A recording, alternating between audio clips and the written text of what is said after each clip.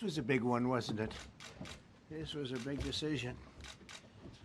An amazing decision, one that we're very happy about. This morning, the Supreme Court has delivered a monumental victory for the Constitution, the separation of powers, and the rule of law in striking down the excessive use of nationwide injunctions to interfere with the normal functioning of the executive branch. The Supreme Court has stopped the presidency itself. That's what they've done. And really, it's been an amazing period of time this last hour. There are people elated all over the country. I've seen such happiness and spirit. Sometimes you don't see that, but this case is very important. I was elected on a historic mandate, but in recent months we've seen a handful of radical left judges effectively try to overrule the rightful powers of the president to stop the American people from getting the policies that they voted for in record numbers. It was a grave threat to democracy, frankly, and instead of merely ruling on the immediate cases before them, these judges have attempted to dictate the law for the entire nation. In practice, this meant that if any one of the nearly 700 federal judges disagreed with the policy of a duly elected president of the United States, he or she could block that policy from going into effect or at least delay it for many years, tie it up in the court system. This was a colossal abuse of power which never occurred in American history prior to recent decades. And we've been hit with more nationwide injunctions than were issued in the entire 20th century together. Think of it, more than the entire 20th century, me. I'm grateful to the Supreme Court for stepping in and solving this very, very big and complex problem, and they've made it very simple. I want to thank Justice Barrett, who wrote the opinion brilliantly, as well as Chief Justice Roberts, and Justices Alito, Gorsuch, Kavanaugh, and Thomas. Great people. Thanks for this decision, and thanks to this decision, we can now promptly file to proceed with numerous policies that have been wrongly enjoined on a nationwide basis. And some of the cases we're talking about would be ending birthright citizenship, which now comes to the fore. That was meant for the babies of slaves. It wasn't meant for people trying to scam the system and come into the country on a vacation. This was, in fact, it was the same date, the exact same date, the end of the Civil War. It was meant for the babies of slaves, and it's so clean and so obvious. But this lets us go there and finally win that case, because hundreds of thousands of people are pouring into our country under birthright citizenship, and it wasn't meant for that reason. It was meant for the babies of slaves.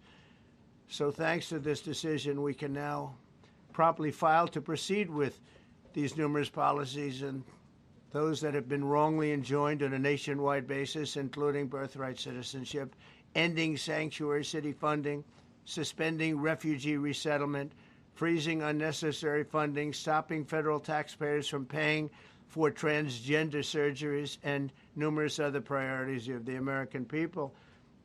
We have so many of them. I have a whole list. I'm not going to bore you, and I'm going to have Pam get up and say a few words, but there's really, she can talk as long as she wants, because this is a very important decision. This is a decision that covers a tremendous amount of territory. But I want to just thank again the Supreme Court for this ruling. It's a giant. It's a giant. And they should be very proud, and our country should be very proud of the Supreme Court today. And with that, I'd like you to listen to the words of Pam Bondi. She's an incredible Attorney General. We're very proud of her. And as you know, Todd Blanche is with us, and we have so many others that worked on this case and other cases. And I think they're doing a great job. Pam, please say a few words. Thank you, President Trump. Thank you for fighting for all Americans. Americans are finally getting what they voted for. No longer will we have rogue judges striking down President Trump's policies across the entire nation. No longer. Today, in the 6-3 opinion, Justice Barrett correctly holds that the district court lacks authority to enter nationwide or universal injunctions. These lawless injunctions gave relief to everyone in the world instead of the parties before the court. As the Supreme Court held today, They turned district courts into the imperial judiciary. Active liberal judges have used these injunctions to block virtually all of President Trump's policies. To put this in perspective, there are 94 federal judicial districts. 5 of those districts throughout this country held 35 of the nationwide injunctions. Think about that. 94 districts, and 35 out of the 40 opinions with nationwide injunctions came from 5 liberal districts in this country. No longer. No longer. These injunctions have blocked our policies from tariffs to military readiness to immigration to foreign affairs, fraud, abuse, and many other issues.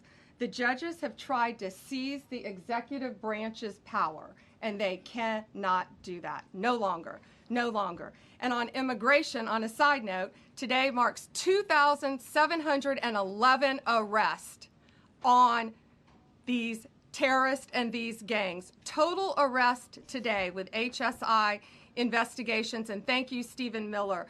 Thank you to Homeland Security. Thank you to everyone working hand in hand with the FBI on all of these transnational gangs.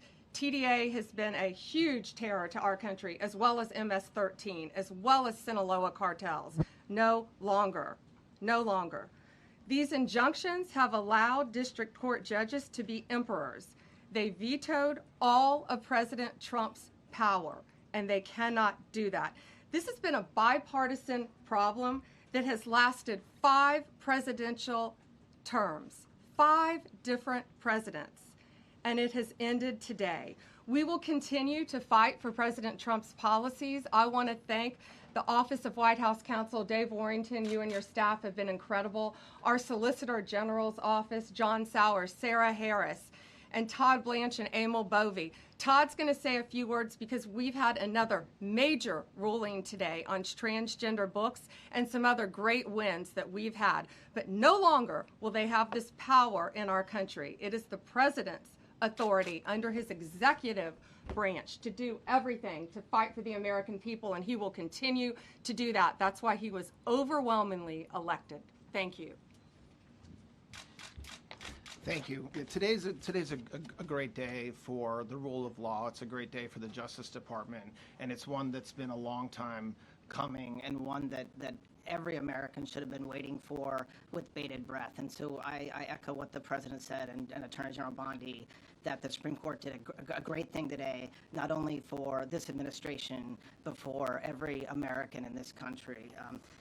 If not for the injunctions case, we would be here talking about another great decision that came down today, the trans books case, which restores parents' rights to decide their child's education. Seems like a basic idea, but it took the Supreme Court to set the record straight, and we thank them for that. And now that ruling allows parents to opt out of dangerous trans ideology and make the decisions for their children that they believe is correct. And so we thank the Supreme Court for that. There's been multiple decisions over the past several weeks that just show why this nationwide injunction ban had to happen. For example, what I mean by that is local district court judges issuing decisions that are clearly contrary to law just because they don't like the policy of President Trump. And when it gets to the Supreme Court has to correct it. But that takes time. The Attorney General thanked our lawyers, and I'll do it again. Our lawyers are working 24 hours a day, 7 days a week to fight these injunctions and to emergency appeals, emergency stays, going back to the district court judge, asking them to change their view. And so their hard work is really paying off today, but over the past few weeks. We had a stay of an order that prevented DHS from moving aliens to a third country. We had a stay of an order that stopped the Department of Defense from implementing military readiness, the EO that President Trump signed. We had another stay of an order forcing reinstatement of fired executive branch employees entirely within the president in Article 2, his right to do. We had a stay of, as you all know, of numerous DOJ cases. And again, every one of those stays requires a tremendous amount of work and effort by the lawyers and parties involved, and they should be doing other work. They should be doing the work that the president and this administration demands and has a right to demand, and not fighting these local judges who don't make decisions based on the law. They make decisions because they just simply don't agree with the administration's decision about a policy, and that's wrong. Thank you. Any questions? Yes, for Pam, please. Go ahead. Sure. Thank you, Madam Attorney General. So, as you know, the Supreme Court did not rule on the underlying constitutionality of the President's birthright citizenship order. So what is the plan now? Are you going to try to implement the EO just in states where there isn't a legal challenge? Yes, so birthright citizenship will be decided in October in the next session by the Supreme Court, unless it comes down in the next few minutes. I guess it could come down. I think they're still deliberating right now on some cases. As you heard, we just got transgender books, which is a huge win. But most likely, that will be decided in October in the next session. However, it indirectly impacts us because, as you correctly pointed out, if there's a birthright citizenship case in Oregon, it will only affect the plaintiff in Oregon, not the entire country. So yes, it's indirectly, but that's pending litigation, and we're waiting on that in the next term. And how concerned are you that the Supreme Court will come back and determine that the executive order is unconstitutional? Oh, we're very confident in the Supreme Court. But again, it's pending litigation, and that will directly be determined in October, but it indirectly impacts every case in this country, and we're thrilled with their decision today. Peter. Madam Attorney General, thank you for being here to take our questions. A couple questions to the both of you. The EO had a 30-day grace period before it goes into effect. Is there any thought about trying to make it effective immediately within that period of time? We're going to follow the law. We're going to make those decisions, and we're going to do what's right in the bounds of the law. And then the DOJ didn't ask the justices to rule on the merits of the birthright citizenship ban. Just for explanation purposes, why? Sure, because that's going to come down in October in the separate. This was huge because it's indirectly impacted today. As I said, it's case by case. Let me reiterate, of the 35 of the 40 nationwide injunctions filed against this president, against his executive authority as President of the United States, 35 of them came from Maryland, D.C., Massachusetts, California, Washington. I mean, that's crazy. These 5 districts. So yes, it indirectly impacts us. It will be a separate decision in October. Next question. Thank you, Mr. President. A question for you, sir. Do you believe this ends the power of the lower court judges to stop your agenda? Do you see this as a full green light for your agenda going forward? Well, you'd have to really speak to the lawyers about that. But this is really also a decision based on common sense. It didn't work the other way. It was a disaster where somebody from a certain location in a very liberal state or a liberal judge or a liberal group of judges could tie up a whole country for years because their decision would sometimes take years to overturn. We've overturned many of the decisions, but it would take years to do it. And we have to act quickly when it comes to illegal immigration. We have murderers, killers, we have drug dealers, we have what they've allowed to come into our country should never be forgotten. It should never be forgotten what they've done to our country. And we have to be able to act very quickly, and we're going to do that. Thank you. Justice Amy Coney Barrett, sir, I know that you praised her and her opinion here in this case. She has taken some heat, though, from some of your supporters who have labeled her weak, a squishy, a rattled law professor. What is your take on that? I don't know about that. I just have great respect for her. I always have.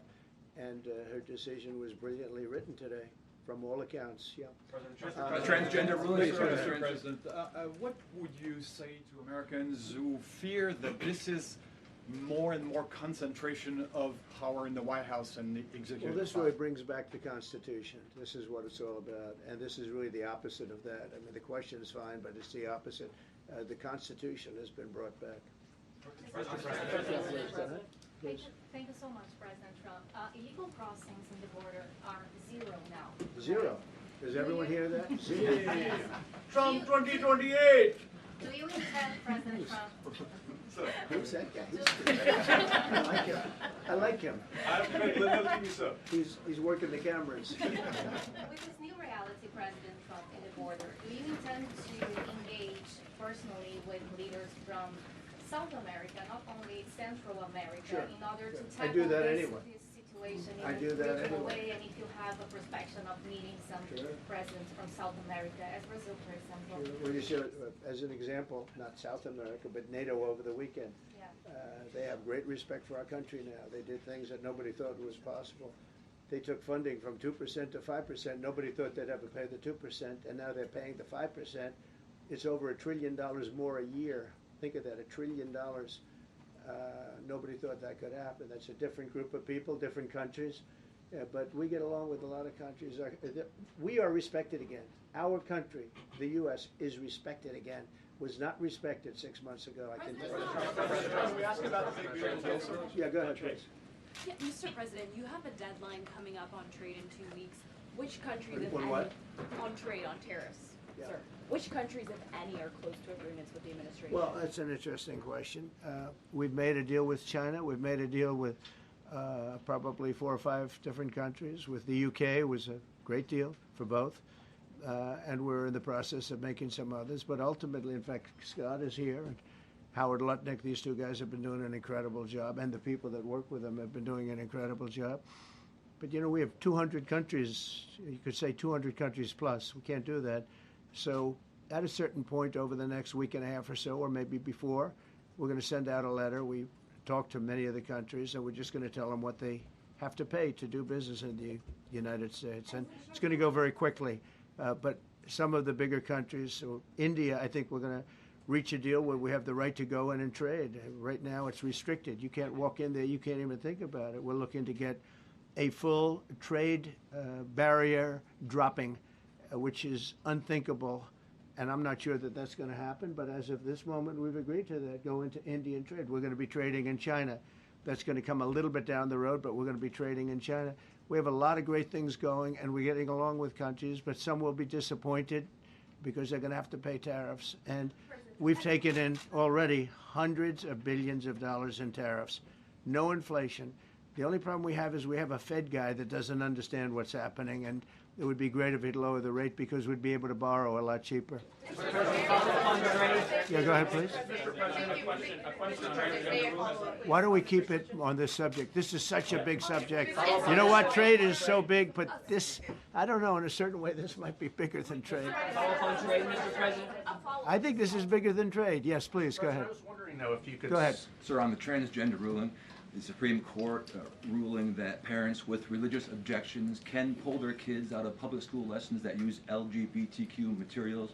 Pam brought it up. Your reaction to that ruling today, sir? I think the ruling was a great ruling, and I think it's a great ruling for parents.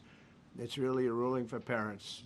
They lost control of the schools. They lost control of their child, and this is a tremendous victory for parents. And I'm not surprised by it, but I am surprised that it went this far. It took us to bring life back to normal, so it's wonderful. It's parental. And I kept saying, we will give you back your parental rights. They were taken away, and this is a tremendous victory for parents. Yeah. Mr. President, if you look at the back at the last week, it's been extraordinary in terms of the action in the Middle East. You were at The Hague. Been a hell of a week, hasn't it? I'm wondering now if you believe that Iran. I'm wondering now, sir, if you believe that Iran has given up its long history of ambitions with nuclear weapons, or what you would like to see from them to prove that they do, and what type of meetings is your administration looking for next week with Iran? So Iran wants to meet. As you know, their sites were obliterated. They're very evil nuclear sites. They were now has been proven. We had some fake news for a little while. The same people that covered the Hunter Biden laptop was from Russia. The same people that did 3 or 4 other Russia hoax. But on their No, wait, just listen. They came up with something that delayed the credit that our great pilots and these great what talent that was, and they hit it right down in the spot. 52,000 feet. Think of this dark, no moon, you couldn't see a thing, and they hit the refrigerator door, as they say. That's the size of a target, and overwhelmingly, and it's amazing what was done.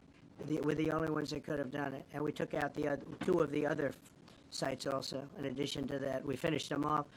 That was a very evil intention. I believe that, and again, time will tell, but I don't believe that they're going to go back into nuclear anytime soon. They spent over $1 trillion on nuclear, and they never got it together. And nothing was moved from the site, by the way. To do that is very dangerous. It's very, very heavy material. Those cars were most likely the cars of masons because they were pouring concrete at the top, at the hatch, as you know, the hatch going into the nuclear site. They wanted to reinforce it, and they had some masons there pouring concrete. By the way, that concrete was obliterated. It hit exactly at the concrete. It was, I don't think it had a chance to dry, but everything's down there. It's under millions of tons of rock. Please. Yes. Your administration has said that El Salvador is one of the safest countries in the hemisphere. So why haven't you yet canceled temporary protected status to that country? Was it part of the deal? Well, we'll with the take a look. president? We've had a great relationship with El Salvador. They have a fantastic leader. They built a massive prison system. And I don't know exactly why, but it's a hell of a system. And we bring people there, and when they go there, they don't get out. And frankly, when they hear they have to go there, they become very nice people. They become very nice people. It's a tough system, but it's a brilliant system. And it's a system done by a very, very good leader. We'll talk about El Salvador. A lot of respect. Yeah, please. Thank you. A question for you and then a question for the Attorney General.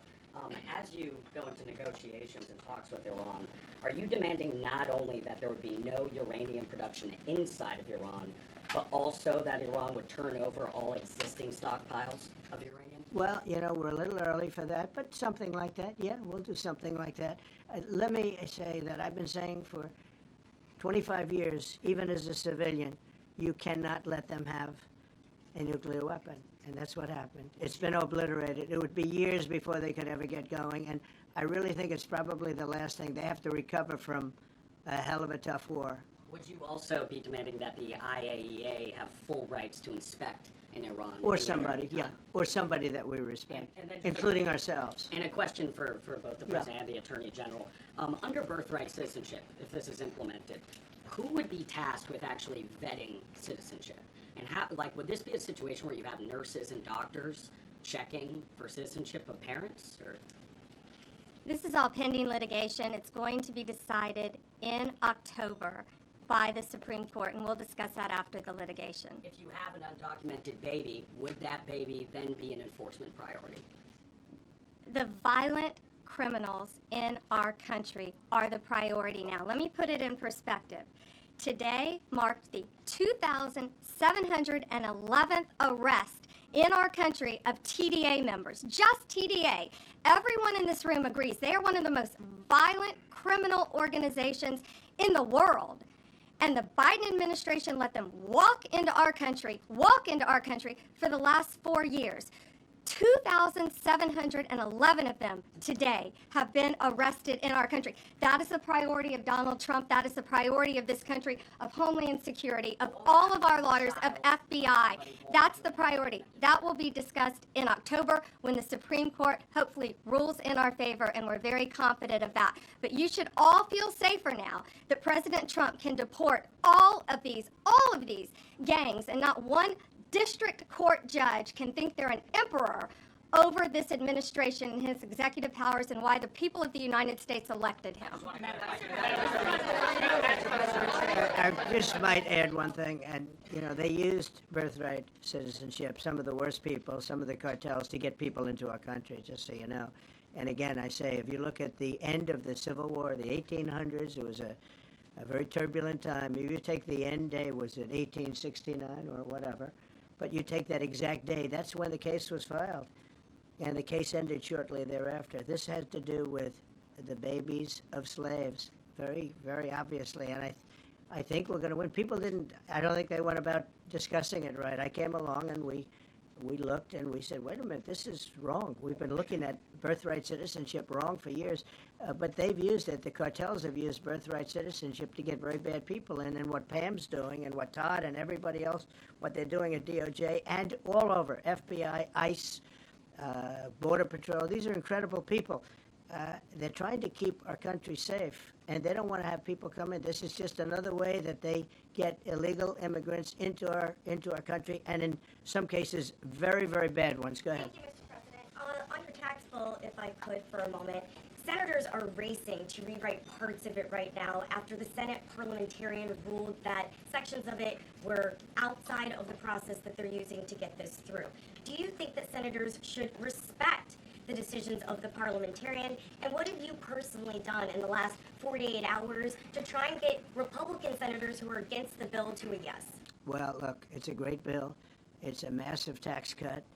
If it's not approved, your taxes will go up by 68%. Think of that, 68, a record, the highest in the history. The Democrats won't approve it only because politically it's so good for the Republicans. The Democrats aren't approving it. But think of what they're not approving. They're not approving border security. We've done a great job at the border, but we have to add some wall. We have to do various things. We have no money for that. We have no money for the border. We have no money for so many things. But if the Democrats, it'd be interesting to see if we get any Democrat votes. We should. If I were a Democrat, I would absolutely, maybe Fetterman, because he seems to be the most sensible one lately. If I were a Democrat, I would vote for this bill all day long because it's tax cuts and so many other things that are common sense. They're basic things. I think they're doing fine. The parliamentarian's been a little difficult. And I would say that I disagree with the parliamentarian on some things, and on other ways he's been fine. But we'll have to see. It's a big issue. I will tell you this: if that bill doesn't pass, the country will get a 68% tax increase. So think of this: you're a Democrat and you vote against it. That means you're voting in favor, because essentially you're voting in favor of the largest tax hike in the history of our country. And you can't do that. In addition, we're cutting costs by $1.7 trillion, and it won't affect anybody. It's just fraud, waste, and abuse. Mr. President, a leading global economist just did a 180 and says your tariff plan, you may have outsmarted everybody with it. What is your message? I love this. I love this question. This is the favorite. This is the best question I've ever been asked, because I've been going through abuse for years on this. Because, as you know, we're taking in hundreds of billions of dollars, no inflation whatsoever. But, Mr. President, what is your message to critics who think your tariff plan will cause a recession? I think they should go back to business school. It's so obvious. It's so obvious. I mean, we're taking in billions and billions of dollars from China and a lot of other countries. We took in, I had a call from somebody in the House and a high official. Sir, we have a problem. We don't know what to do. The books are a mess. I said, what do I mean by the books? The books, the money coming in. It's so terrible. I figured, oh boy, what's this? I don't like this question. I said, so what seems, there's so much money coming in, and there must be some kind of an accounting mistake, because we have hundreds of billions of dollars more money than we thought. I said, do me a favor, go check call me back. You have to call me back. Check the tariff column. Calls me back 2 hours later, says, you're right. We took in $88 billion in tariffs. They have so much money coming in. But more important than the money coming in, we have companies coming in, factories coming in, auto plants being built. AI is being built here instead of being built all over Europe and Asia. We have all of it. We have over $15 trillion, just about, Scott. I think we're right at about that number. We went to Saudi Arabia. We went to Qatar, we went to UAE, very smart people, very smart leaders, great leaders, and we took in $5.1 trillion just there without the tariffs. I mean, they also liked a thing called November 5th, November 6th, and November 7th. That was a very good little period of time. It's called the presidential election. You know, you used to have one-day election, now you have it go over. But even if you just took that little period, because it was pretty obvious it was going to be a landslide. And they like that, but they love the tariffs.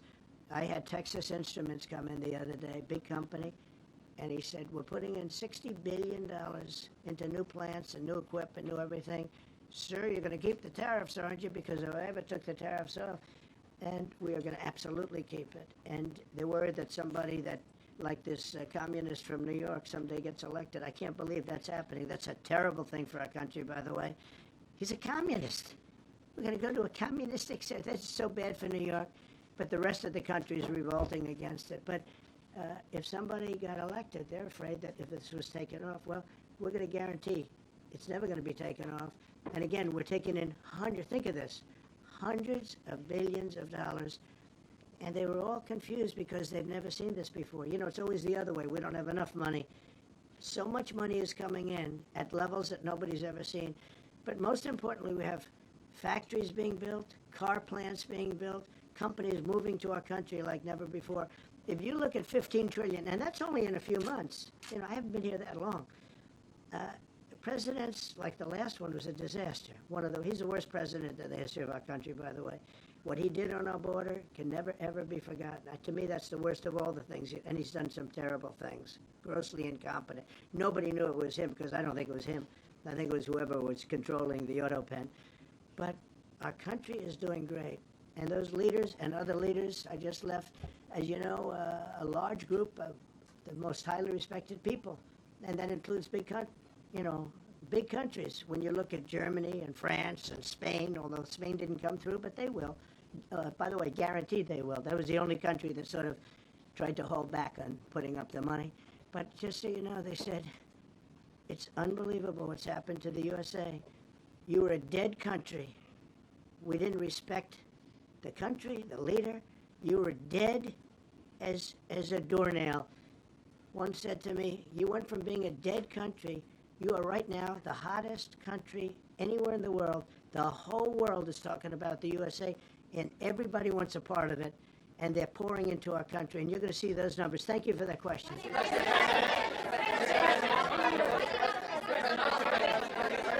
Yeah, go ahead. Thank you, Mr. President. I have a question about trade. Secretary Bessent has said that he hopes tariff deals with major partners will be done by Labor Day. So if some deals are not done by your July 9th deadline, will some countries' tariffs go back up, or will they stay where they are? Yeah, well, there's some countries that are used to ripping us off, to be honest with you. And I don't want to name them, but you sort of can name them. And they're so used to just, taking billions and billions of, look, we had a trade deficit of more than $1 trillion. Think of a trillion, a trade deficit. That's because nobody cared. We cared a lot when, I took in hundreds of billions of dollars in tariff. We had the greatest economy in history up until now. I think we're going to blow it away. But during my time, and especially prior to COVID, we had the greatest economy in the history of our country. I think we're going to blow it away now based on the kind of numbers that we're seeing. But some countries are very angry because they've been ripping us off for years. They've been making billions and billions of dollars. There was nobody to negotiate with. They could do whatever they want. They charged us tariffs, by the way, at numbers that we've never seen before. And we ended up losing much more than $1 trillion a year. $1 trillion a year on trade. And now they're being met with a force that's far greater than them. And they don't like it. So they're upset. Because instead of making, $5 billion, they're going to break even. Or they'll make a little bit. I want to be nice. They'll make a little bit. Or we'll make a little bit. It's a big difference. Yeah, please go. But red dress. On the 2020 election, is there any more information on the special prosecutor? So many Americans still have questions about the 2020 election. And speaking of rogue judges, would you consider appointing somebody at DOJ maybe to investigate the judges that allowed for the political persecution of you, your family, and your supporters during the Biden administration? I love you. Who are you? I'm Kara from Lindell TV. Well, it's just a very nice question. And it's not a setup. I have no idea who you are, but I appreciate that question. All I can say is we're not here for that. I hope so. I hope they're doing a thing because that election was rigged and stolen, and we can't allow that to happen. A lot of people tell me, sir, you just won the greatest election in the history of our country. You won it numbers that won all 7 swing states, won the popular vote, won everything. Sir, go on with your life. And many people that say that, good people, friends of mine, then you have people that say that same thing, go on with your life, but you have to find out what happened because you can't let that happen again.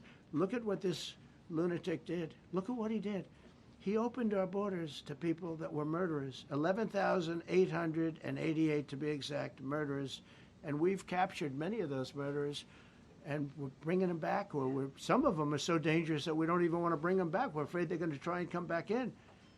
But he allowed people to come into this country, people from mental institutions, insane asylums, that's a mental institution on steroids, people from mental institutions, gang members, drug dealers, people, jails, being emptied out into our country. Venezuela emptied out almost its entire prison population into our country. But I don't want to blame them. Many countries have done that. The Congo, we have a great press conference coming up later, and it's the Congo and Rwanda. They were fighting for years, and it was machetes, it was vicious. It was as vicious, people's heads being chopped off. and have a man who's very good in that part of the world, very smart, and put them together. And we're signing a peace treaty today. First time in many years they're going to have peace, and it's a big deal. You know, we talk about Russia, and we're working that one. President Putin called up and he said, "I'd love to help you with Iran." I said, "Do me a favor. I'll handle Iran. Help me with Russia. We got to get that one settled." And I think something's going to happen there. But we did some great work. India and Pakistan. That was going to be maybe nuclear. We did that. We did a lot of work. I don't know if there's ever been a president that's done much more. Serbia, Kosovo was going to go at it. Going to be a big war.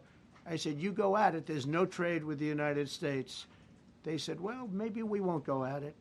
That's what happened with India and Pakistan. I was negotiating with both of them, and I said to Scott, I said to Howard, cancel all deals with India and Pakistan. They're not trading with us because they're in a war. They called back, "What do we do?" I said, "Look, you want to have trade with the United States, it's great. But you want to go and start using nuclear weapons on each other? We're not going to allow that." And they both agreed. Both have great leaders. They both agreed not to do it. So we did a lot, but I appreciate that question. Sir, on peace deals, can I follow up with you? Sir, can I follow up on peace deals? Thank you so much. Thank you, Mr. Orange. President. Thank you, Mr. President. I was just speaking with Senator Ron Johnson on the One Big Beautiful Bill, and he says he really wants to get to yes for you and get this accomplished. He does. He's a good man. But he also said that he needs more time, and he is not certain that the July 4th deadline is Well, possible. then he's not such a good man. Because there's too much work to do. He's a good man. Ron How Johnson's important- doing a good job. He's very committed. Every Republican senator is committed. And, you know, you could have a couple of grandstanders, in all fairness. You could have somebody else. And it's very dangerous because our country would go from being the most successful country in the world to who knows what happens with a 68%, think of it, 68% tax increase.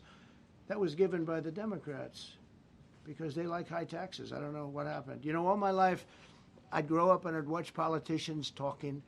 I'd say, "Oh, that's fun." And they were always saying, "We will cut your taxes. We will cut your tax." I never heard it. They say, "We will raise your taxes." And they elect people like this guy in New York that maybe has a chance. I find it hard to believe, but he maybe has a chance. They want to raise your taxes. So they want to see a 68% tax increase.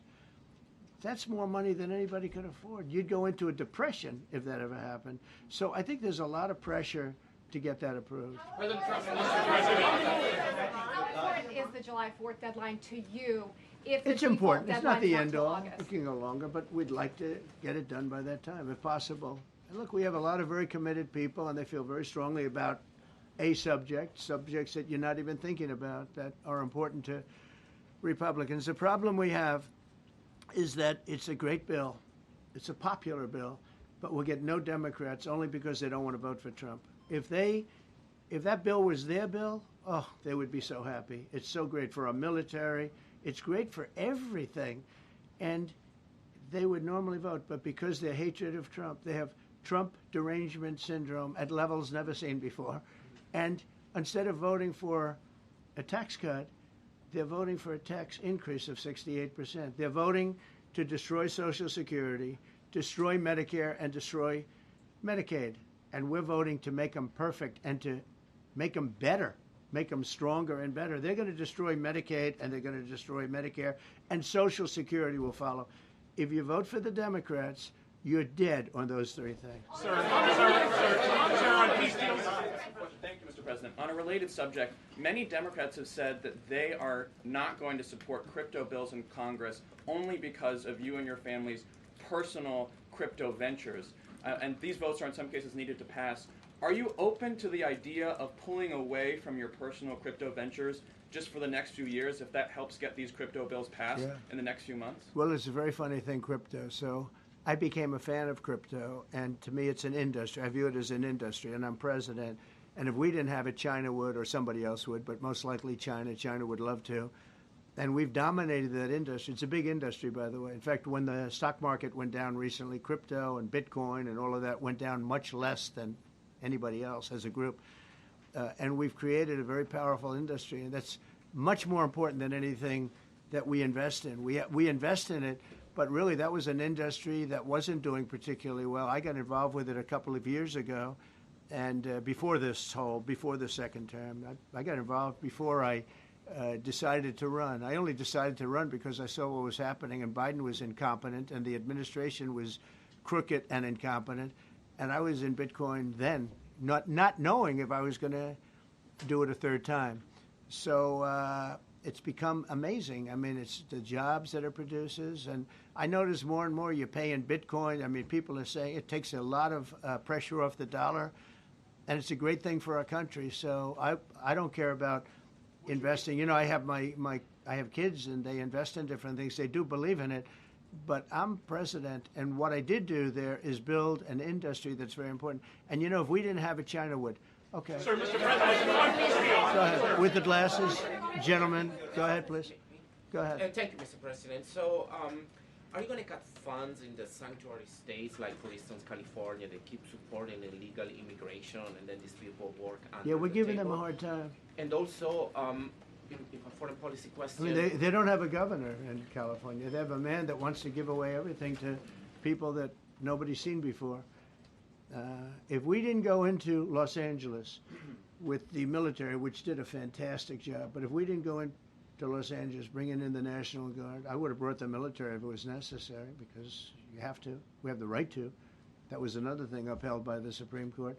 But if we didn't go in with the National Guard and be strong and tough, you wouldn't maybe have Los Angeles. It would be like the rest of California, the rest of Los Angeles. They lost 25,000 houses in a fire. They should have lost none. You know, I sent the water down. I had to break into their water supply because they just refused to do it. They're crazy. There's something wrong with them. They have plenty of water. They don't have droughts or anything. They have we let it come down from the Pacific Northwest. They routed all the water out into the Pacific Ocean for environmental reasons, okay? And now you have 25,000 houses, none of which would have burned down if you had the water. They didn't have water. They didn't have water for the fire pumps. They didn't have water in the sprinkler systems that people put in. So the answer is we're going to work with governors. We're going to work with radical left Democrats and Democrats, and we're going to make it good for everybody. We'll have to stop the crime in those, in the case of the cities, I think I can say just about all cities with heavy crime are run by Democrats. Go ahead. 11 lies. Yeah, with the glasses. I'm with you, Go ahead, yes. International. Yeah, go, no, the man behind you, yeah, please. President Trump, Anthony Mashak from Anthony, Lebanon. I want to ask you regarding the threats posed by Iran's allies and proxies operating in the U.S. They were threatening your life. So what do you say about that? And regarding the Lebanon, because Hezbollah is as well part of Iran's allies, is there any time frame in Lebanon regarding disarming Hezbollah in Lebanon? Yeah, Lebanon is a great place with brilliant people. You know, it was known for the professors and doctors and had an incredible history, and hopefully we can bring it back again. I just appointed a friend of mine who's Lebanese, and I didn't know he was Lebanese. I've known him for 20 years, very, very successful man. And I just appointed him. And I said, why would you want that?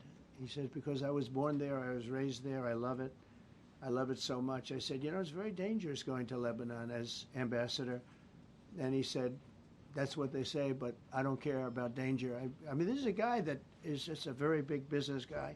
He wants to give up his whole life to go to Lebanon because he believes in it so much. We're with Lebanon all the way. We'll try and straighten it out. Threaten my life? Yeah, they have threatened. I get that throbbing feeling every once in a while.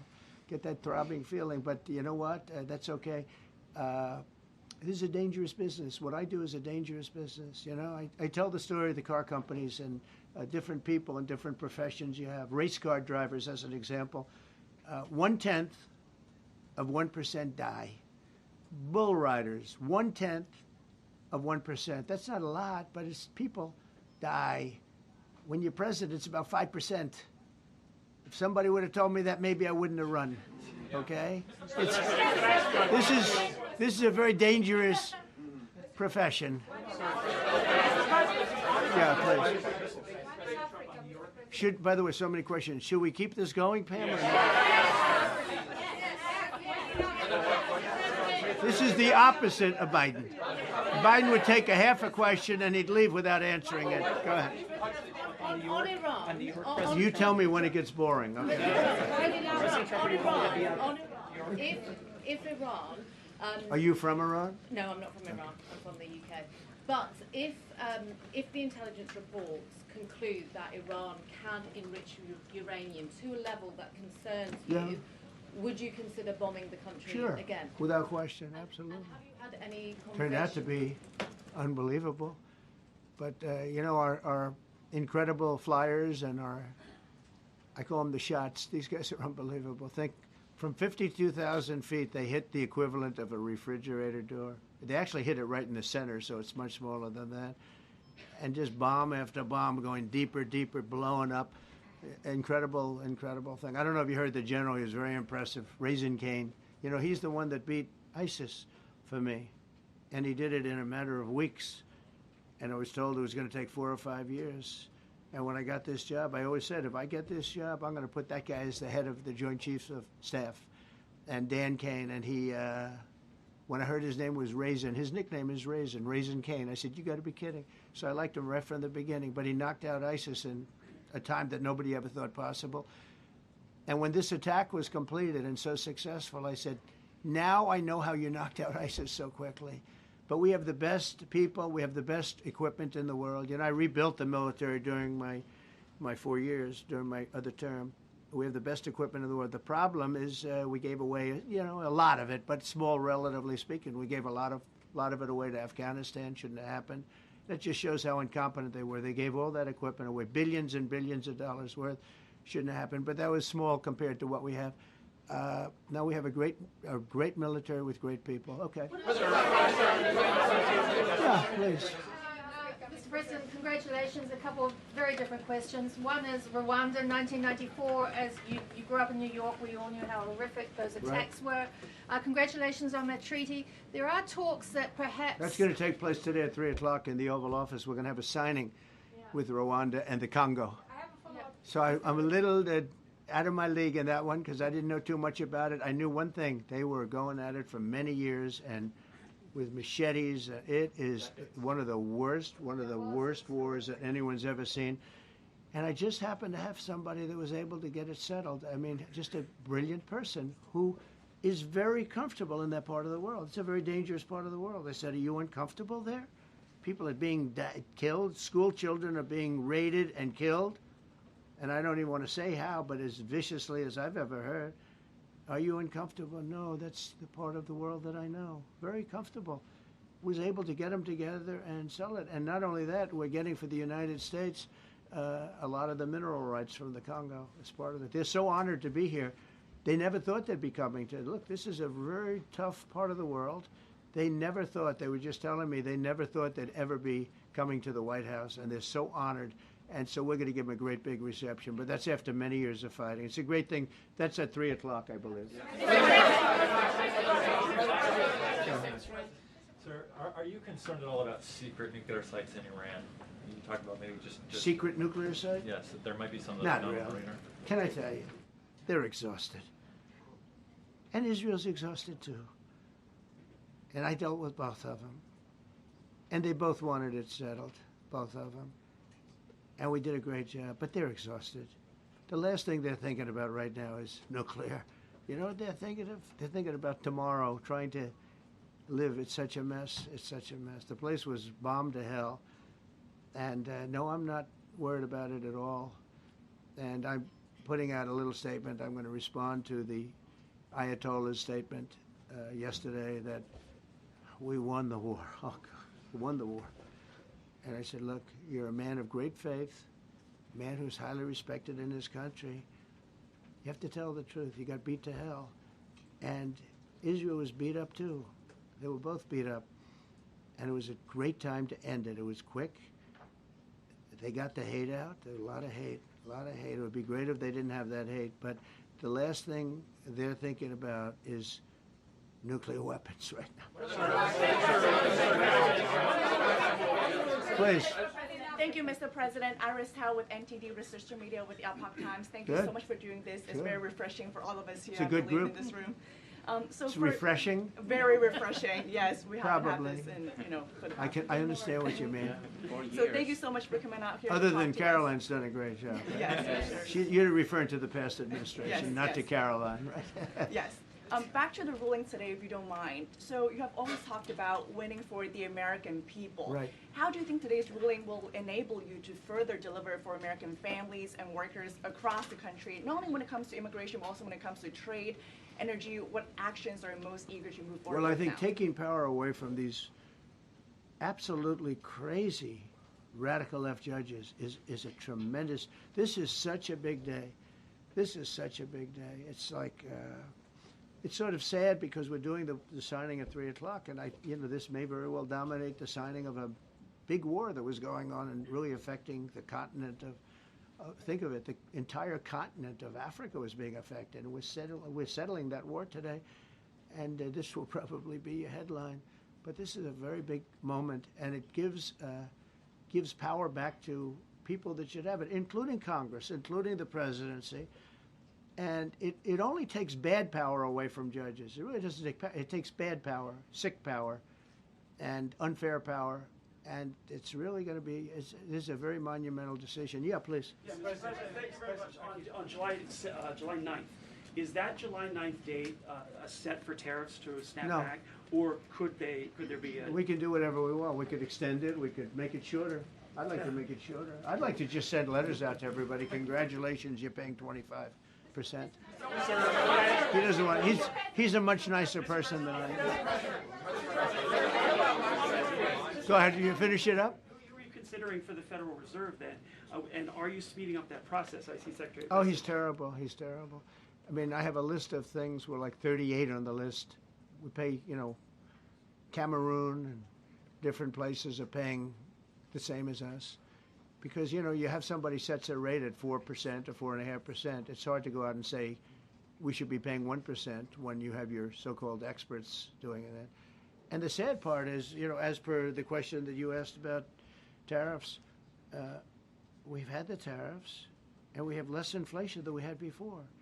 What we have is a hell of a lot more money, a hell of a lot more income, and we shouldn't be paying a rate like that. In other words, when we pay a rate, I'll tell you, each point is the equivalent of $300 billion.